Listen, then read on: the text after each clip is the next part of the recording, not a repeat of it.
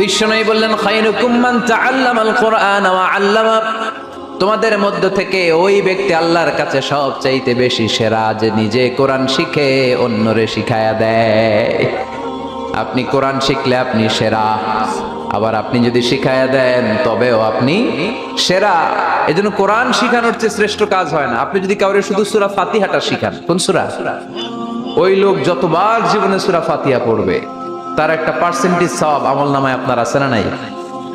আবার ওই লোক যদি কাউরে এই সূরা ফাতিহাটা শিখায়, আবার যারে শিখালে এ যদি আবার আরেকজনরে শিখায়, এভাবে যতজনকে শিখাবে প্রত্যেকের সওয়াব থেকে একটা পার্সেন্টেজ সওয়াব আপনার আমলনামায় দিয়ে দিবে কে? এজন্য কোরআন শিখবো, শিখাবো, শিখবো, শিখাবো। যারা কোরআন জানি না, কোরআন জেনে মরবো। No excuse will be granted that day.